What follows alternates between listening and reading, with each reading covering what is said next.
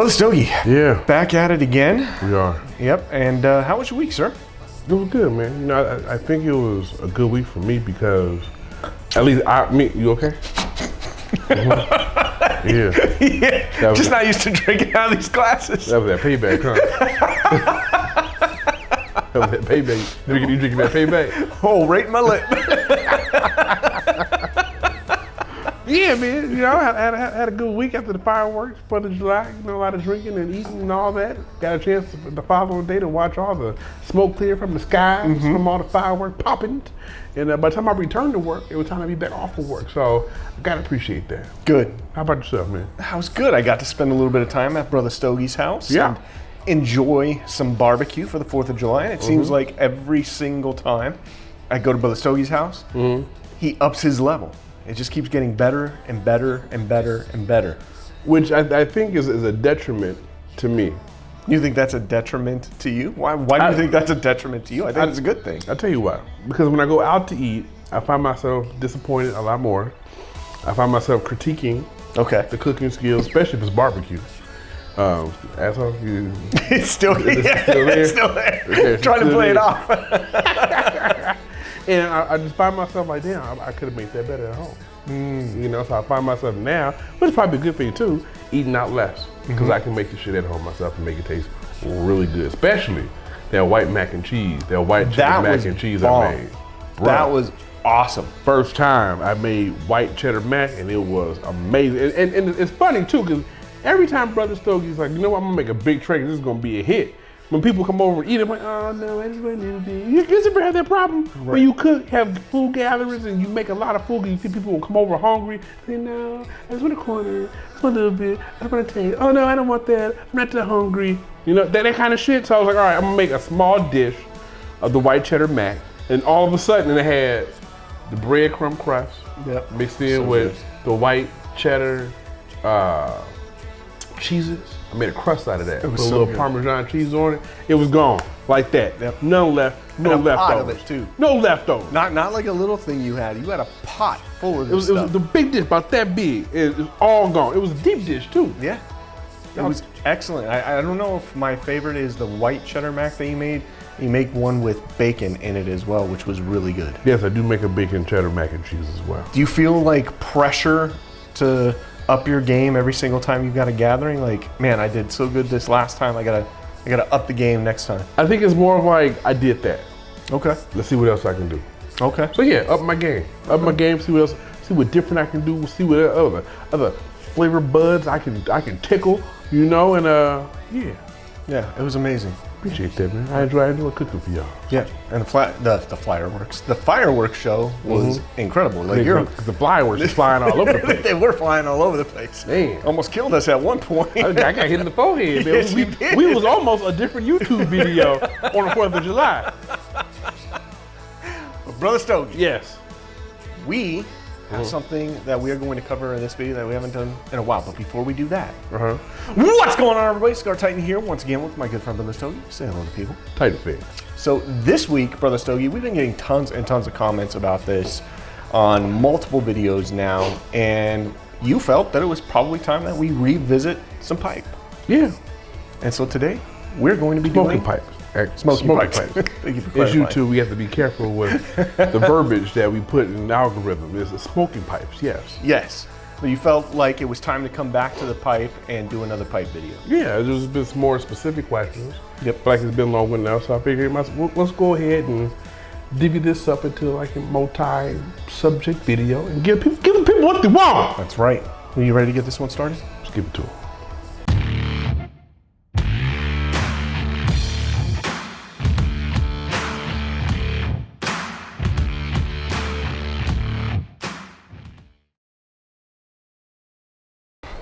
Welcome back, everybody. Like we said at the beginning of the episode, this week we have another pipe video in store for you.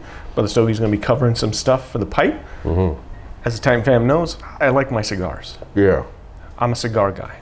I tried the pipe a few times and I just really couldn't get into the swing of things. But long time ago. Yeah, it's been a cool minute now, a couple years. Yeah, long time ago. Couple years. But before we get into the pipe video, I thought we could talk a little bit about the shirts that we're wearing. Yeah. Because I've been on a kick with grunt style lately, and I'm seeing you rocking a shirt over there that says bourbon makes it better, and it certainly does. It certainly does. They've come out with some very clever shirts recently. Yeah, I believe I wore the grunt style hoodie. Yes. That says Dad on it. Yes, but dad is an acronym for what? A dad always a dad. My dad always, sure. I thought there was an acronym on it. No? No. Okay. I mean, it has a definition of what a dad is on the back, which is, someone always telling cleverly jokes, something like that. This is paraphrased. Right. That's what it says, but no, just dad always being a dad. Okay. And this week, I'm stacking shells. Yeah. Stacking shells. Got my little gamer shirt on. Okay, for the gamer. And while we're talking about clothing, real quick, I just want, because somebody gonna say, bro, so that is a badass hat. That is As a matter of fact, you remind me of someone from Run DMC. Probably because I'm black with a beard, But this hat, this is a Richmond Brothers hat, and this is from Route 66 Classic Supply Company. Where you get out all of your Ranch hats. Cucamonga. So what happened, bro? They got some Stetsons in that bad boy now. Really? Stetsons. Oh, okay. They're carrying the cowboy stuff Yeah, now. you know what I'm saying? So, I got a picture right here of me wearing my Stetson yesterday because I had to go ahead and break it in real quick. So gorgeous. Hey, you're going to pay a little money for the Stetson. Sure. It took me aback when I got to the register real quick. I was like, what? You're buying the name. But you don't want to be a bitch when you got time Right. to pay. So I just went on and paid it. You know what I'm saying? You're buying the name. You know what I'm saying? But shout out to my boy Derek Bustos and his crew out there in Rancho Cucamonga. If you are in the area and you need a nice fire hat, yeah, everything. These hats, paperboy hats, straw hats, your cabana hats. If you got a cabana event coming up, it's probably the most poppinest hat shop in the Inland Empire. I would agree. And probably the only hat shop of that degree in the Inland Empire. And an interesting little tidbit here. Didn't you say they were up in their game and moving to a new location with a bigger space? And they did. So as of Friday of last week, they have moved across the Victoria Gardens, right next to the AMC movie theaters and Lucille's and all that. They're right there, the bigger shop with more shit. Yes. So shout out to Classic Supply Company. Great for them. Congratulations on getting a bigger space to house all of these hats. Means business is good. Yeah. Love hearing that. Mm-hmm. But Brother Stogie, Yeah. this week's video is going to be about pipes. I decided we break this into 3 parts. Okay. The foundation, the experience, Okay. and the aftercare. Aftercare. Aftercare. Got it. So you got to take care of your shit. You do. Because with cigars, the aftercare is, of course, the humidification process. That's, well, not even that. I mean, aftercare is you put the thing in the ashtray and you're done, really. Yeah. And then how you humidify your shit, how you store your shit, how you drive your shit around. Same thing with pipes. So let's get into the foundation of pipe smoking. Yes. All right, so take it from your boy here, Brother Stogie. The whole beginning of building your foundation is, of course, finding the right pipe for you. Yes. Okay, so I have several pipes at the house. My pipe will go in and out because I'm gonna be talking about this episode. But I believe the foundation part of finding what you need is to find a pipe that's right for you. So they have all kind of pipes. You have your Meerschaum pipes. You have your pipes with the curved stem or shaft. You have pipes with large bows, small bows, really tiny bows. I suggest everyone, because just like cigars, you suggest someone can start with a mild cigar. Yep. I suggest everyone start off with a corncob pipe. Why the corn? So you said what was Meerschaum. it? Meerschaum pipe. Mm-hmm. What's the difference between a Meerschaum pipe and a corncob pipe? So you have various Meerschaum pipes, and most of the ones that I've seen have that nice curved bow at the bottom. Okay. You know what I'm saying? Which means the stem, you're taking the heat from the stem and kind of manipulating the pipe to do all of that. The corncob pipe, I've never seen one with a curved stem. Okay, I've seen one, it's a small curve just at the tip. Okay. That's it, but not an actual chamber of the pipe. Gotcha. Okay, so actual stem of the pipe, a small curve, but mostly it's straight. And price-wise, you look on Amazon, you go to different, brick and mortar, cigar shops that carry pipes, you're looking anywhere between $85 and up for a decent pipe. Is that starting off with a corncob pipe? No, that's just starting off with pipes in general. Just pipes in general. Pipes in general. You're looking at it starting about $50, $85 and up. Well, some pipes are even up there about $300, $400, $500. Really? Oh, of course. When we went to PCA, they had all those pipe vendors there, and man, they were priced ridiculous. Yeah. And so I should start off with this because this pipe cost me how much? Guess. Corncob? Mm-hmm. Corncob pipe. I would say that one cost you $60-some. $60-some. Okay. No, this pipe actually cost me $15. Wow. Okay. $15. I've had this pipe. I don't know much about pipes, so. You know, I've had this pipe for almost 3 years. Wow. It's held up this whole time. It's held up, and I bought 2 of them. It's nice, it's easy to manipulate, and it's cheap. So if you're just learning how to pack your pipe, you know, in the last pipe video we did, I kind of did a little routine for you guys to kind of show my method of packing the pipe. I'll go for it a little bit later on the video, but it just makes it an easier experience, okay? The other foundation is having the right tools. Cigar, you gotta have what? Your cigar, of course. Gotta have a lighter. Gotta have a cutter. Gotta have a cutter. Or a combo ball to read the shit. Yep. Right? For me, the foundation of making sure you have all of what you need is, of course, your pipe tobacco. Yeah. Okay, you have all your different types of pipe tobaccos, your Virginia blends, barley blends. I tend to lean more towards the aromatics. Okay. Which are more pleasantly, you smell the plums.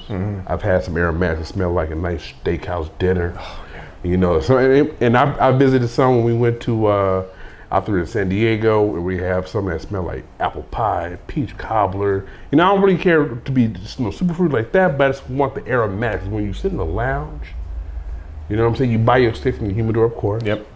But I put mine in my bag, and I get my pipe out. Once I light that pipe, bro, everyone's like, yeah. It's not the same as lighting an infused cigar. It's not the same type of smoke or aroma that an infused cigar gives off. Not at all. I mean, so you're talking about, it's like Pepe Le Pew. Remember those school cartoons where you follow his nose to the scent? That is literally everyone in a cigar lounge, no matter where I'm at. Everyone, it's always a conversation piece. Every single time. So of course, picking your pipe, pick what you like. And when you go, a good thing about pipe tobacco, unlike with cigars, you can actually smell what you want before you purchase it. Yes. So most you can buy your. It's actually encouraged versus cigars, where you don't want to pick up a cigar and put your nose all over it. Exactly. That's a cigar. Do not. Right. In the cigar game, but pipe tobacco, most pipes are kept in like a mason jar with a little nice seal tight. Some you can buy online that are kept in, you know, your tin cans, but those are sealed when you buy it. So pretty much when you get it, that's what you get. Yeah. So I like to actually pick mine, get mine in little Ziploc baggies, and take mine and enjoy them how I pick them. So do that. Next, proper tools is to have a cigar pick.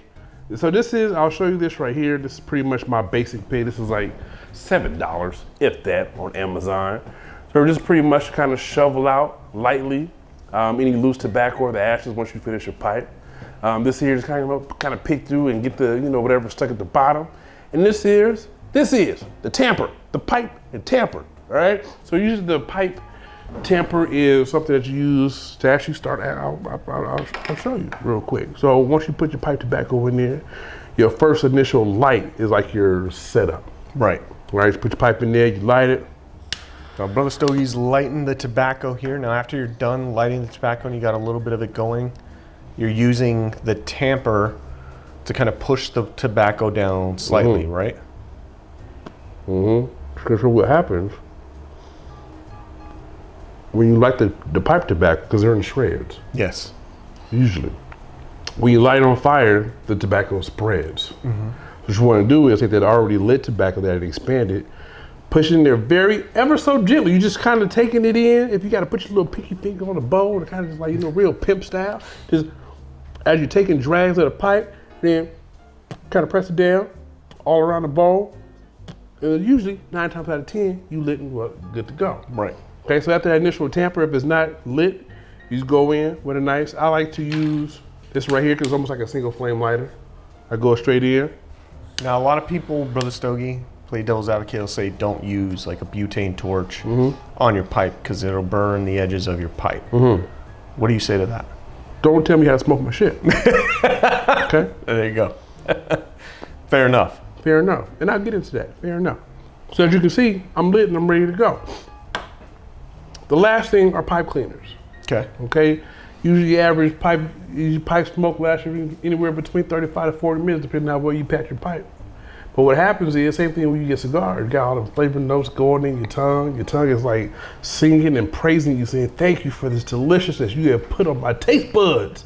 And you start to salivate. Right. You know what I'm saying? So as you're smoking and you're talking shit, you know what I'm saying? You get all fancy and stuff now, you're trying to explain shit while the pipe is still in your mouth. You know, the juices are actually going into the stem of the pipe, into the chamber. Gotcha. You know, so once you actually finish your pipe, take your little pipe cleaner, take it in, get all that icky stuff out of there, make sure your pipe is clean.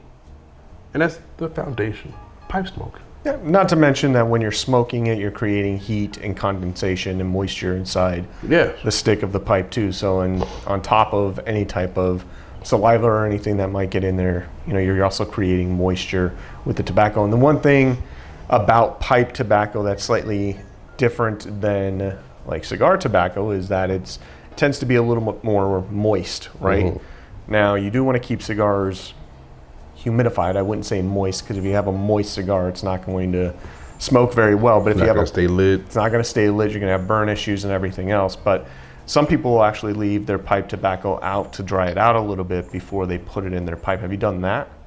Mm-hmm. So, before I get into that, the last piece, of course, and I'll touch for all the naysayers, is your choice of a lighter or a torch. I recommend doing a nice small single flame torch. That way you get right into on the tobacco. Right. Okay. Or you can do your favorites, the Zippos. The Zippo.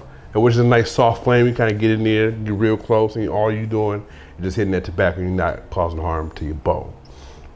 That leads us into the experience. Right. A pipe smoker.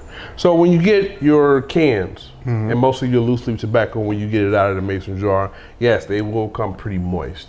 And I think that's just to have it last longer, especially while it's in the can.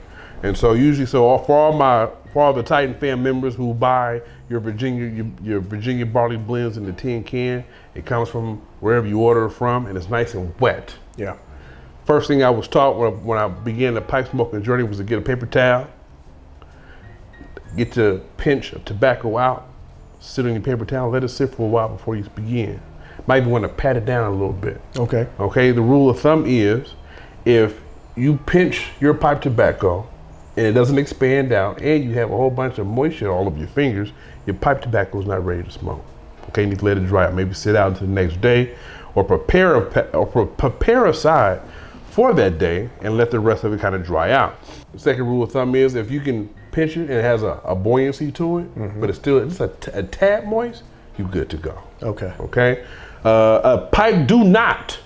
Okay, if you just didn't take care of your shit, you didn't put it in the Ziploc bag, you left it out and all the air got to it, and now your leaves are crunchy and dry, guess what? You're gonna burn through it real quick. It's not gonna stay lit. It's not gonna be an enjoyable experience. Remember, super wet? No. Super dry? No. Damp? Slightly moist? Good to go. Good to go. Nice. All right, so that will kind of begin the pipe experience for you. Okay. All right. Any questions so far? I've got questions, but we'll take a quick break and come right back. All right, well, welcome back. So Brother Stogie, you were talking a little bit about, starting off as a beginner and buying like a beginner pipe, right? Or getting like a beginner starter set or something like that. And so corncob pipe, that one cost you $15, which is quite honestly probably the price you would pay for one of these, just about anywhere you buy a cigar, right? But as you start to up your pipe game and you get a little bit more into it, obviously the cost of these pipes goes up exponentially. So can you talk a little bit about why somebody might, upgrade from say like a $15 corncob pipe to a $500 pipe? Are there any like functional benefits to it, or is it more just an aesthetic flex on the pipe community? I think that's a three-tiered answer for you. Okay. So I'll go to this one. So pretty much like the cigar game, you start off with your cheaper cigars because you don't want to, waste or run risking, ruining an expensive cigar. Right. Same thing with a pipe. That's why I go with the corncob pipe, and that's why I suggested all the newbies who smoke pipes get this one right here because it's $15. But if you feel that you have come up in the game of pipe smoking, you've got the packing technique all down, and you're ready to, like, you know what, this is amateur. Amateur. You know what I'm saying? I deserve me a Salvinelli or a nice Meerschaum pipe or something. Just for that reason, you go ahead and you upgrade and buy you a nice fancy pipe. Okay. So because usually when you up the price, you pay a little more money, you get what you pay for. For sure. You know what I'm saying? You buy a cheaper pipe, your stem might crack on you. Have you ever had one of those? Actually, no. Really? I have both of my corncob pipes for a long time. And still in perfectly functional. Very good condition. I mean, these are things I've seen on, pipe blogs that I belong to that, you get what you pay for. The bowl might crack, or you might not be able to take if someone's, wants to use their torch on their bowl. The bowl might crack because it's not, it's not as sturdy, as you would if you bought like a $150 pipe, because the finish that's on it. The wood that's on it is more durable than your cheaper pipes. So pretty much that kind of goes into the second one with the actual build of your pipe. And so the bowl's more durable. You'll find that your bowls come a little bigger than most. You can pack a little more tobacco in there. A little more tobacco in there.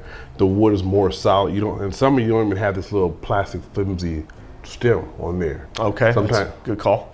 Sometimes you'll have a nice durable wood all the way through with a smaller tip.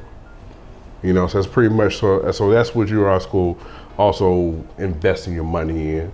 And third tier of the question that you asked is pretty much the collector's edition of it. Right. Now, so you, my dear friend, I believe one Christmas you bought me a nice Gandalf pipe. I did, yeah. It's still in the box and in the silk wrap that it comes in all nice and gangster. I think I smoked that maybe 3 times. Okay. But it's in my box. It's broken in half. You can break it in 2 pieces so it can fit in the box. But it's pretty much a nice long stem pipe that you can bring it down here and you can smoke and just be an OG with it. Yep. You don't even have to hold your hand up. Just rest it on your lap. You just be an OG with it. And also, I believe when again speaking of PCA, we saw the pipes that had like warlords carved into the bowl. Yeah. They had dragons carved into the bowl. Some real intricate designs on these pipes. Yeah, and so speaking of that, a friend of mine gave me some old school Kenyan pipes. Kenyan pipes. Kenyan pipes. Okay. From the country of Kenya.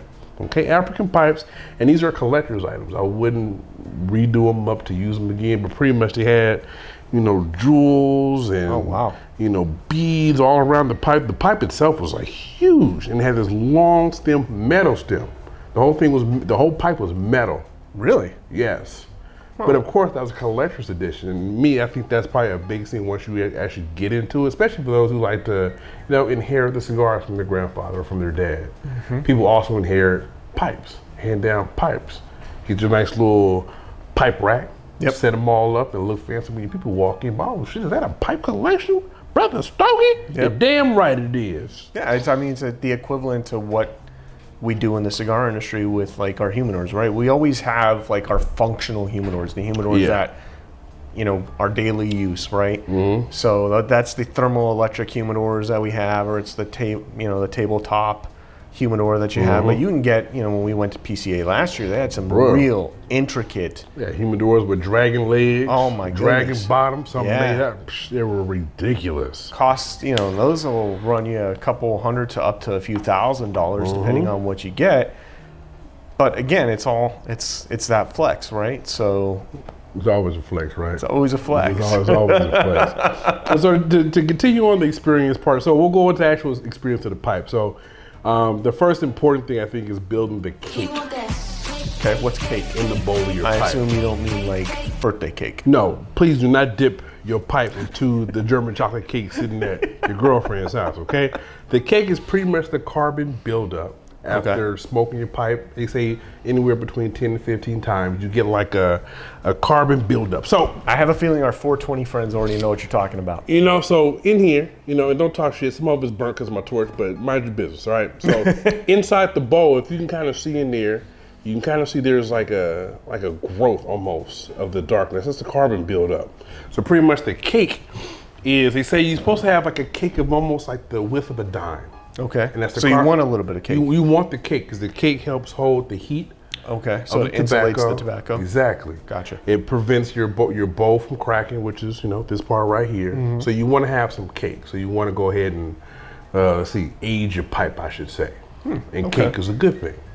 And so going back to the tools, you want to make sure when you finish your pipe that you're not scraping, you're not being aggressive with your pipe, because you can take the cake off the pipe, which you don't want. So I say, be gentle, get a nice little scrape out of there. Anything that looks stuck, it's probably the cake of the pipe. All right, so leave that in there, let it cool down, and enjoy your next pipe session. I learned a lot today about pipes. I got some more shit. I got one more thing. Oh, you got one more? One more thing to talk about the experience. The experience. Yes. So, we actually had a comment in our last videos of one of our subscribers demanding that we hurry up and stop bullshit and do a pipe video. Hey, we heard you, okay? we did it, and trust me, this episode is for you. But he asked, he's like, how does a pipe smoker deal with temperature bite? Okay, so before you go any further, Yes. you have to explain to me what temperature bite means. Of course. That's what cigar titans do. We explain shit. Temperature bite is pretty much for those who are trying to find that sweet spot in the moisture of your tobacco. So pretty much when you put pipe tobacco in the bowl of your pipe, you already got it tempered up, you already got it lit up, and you're trying to smoke it. Because it's too moist, you're puffing a little faster, more often to keep it lit. Right. So what happens is, because of the moisture and the fire, it tends to elevate the heat in your bowl, and that temperature goes to your tongue. And so you end up kind of burning or getting that unpleasant heat sensation on your tongue from the temperature bite of the moist tobacco. You don't want that. You don't want that. So that's why I said, dry out your tobacco just a bit. That way you can kind of avoid the temperature bite. Because me, luckily, I've never experienced temperature bite. I've kind of always more so worried about getting my saliva inside the stem of the pipe because I'm enjoying the flavors so much I start salivating. So it's important that you go ahead and make sure that you moisten your tins or get whatever you're gonna get to smoke for that day or the day or two.